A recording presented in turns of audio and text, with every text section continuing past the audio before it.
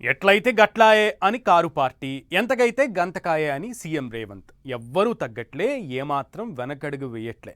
Kaleshwaram సెంట్రిక్గా Revanth attack చేస్తే Harish reverse అటాక్కు దిగడంతో water war పీక్స్కు చేరింది. వారం రోజులు కాదు, 3 ఏళ్ల పాటు కేసీఆర్కు కాళేశ్వరం అప్పగిస్తానని రేవంత్ చేసిన సవాల్కు హరీష్ సై అన్నారు. 3 ఏళ్లు కాదు, 3 నెలలు తనకు ఇరిగేషన్ బాధ్యతలు అప్పగిస్తే చాలు, కాళేశ్వరంలో నీళ్లు నింపి చూపిస్తానంటూ బంతిని మళ్లీ రేవంత్ కోర్టులోకే నెట్టారు మాజీ మంత్రి హరీష్. అసలు కాళేశ్వరం ప్రాజెక్టును ప్రతిపక్ష పార్టీకి అప్పగించడం సాధ్యమయ్యే పనేనా? రేవంత్ హరీష్ సవాళ్లతో కాళేశ్వరం పంచాయతీ తేలుతుందా? వాటర్ వార్లో మైలేజ్ ఎవరికి, డ్యామేజీ ఎవరికి?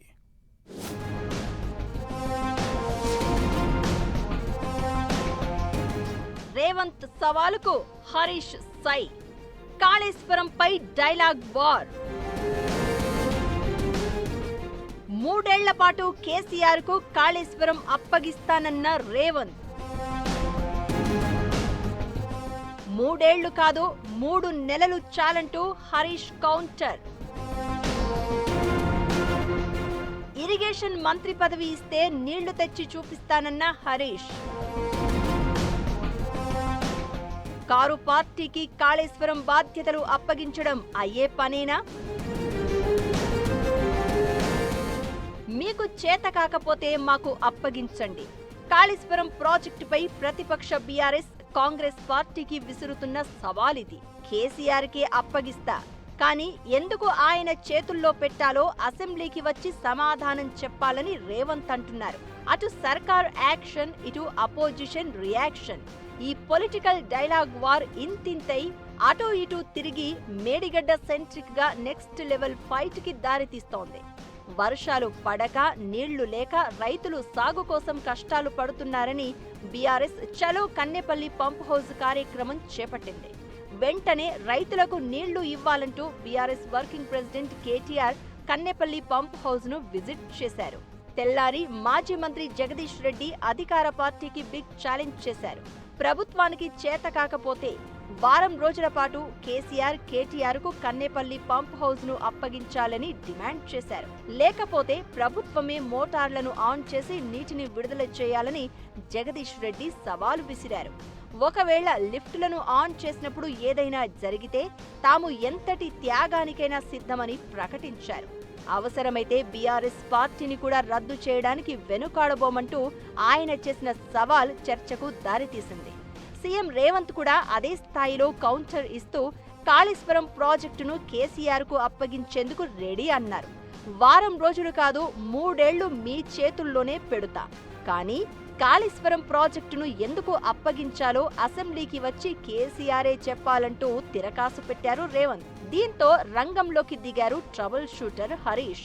కాళేశ్వరంపై మరోసారి పవర్ పాయింట్ ప్రెజెంటేషన్తో రేవంత్ కు కౌంటర్ ఇచ్చారు.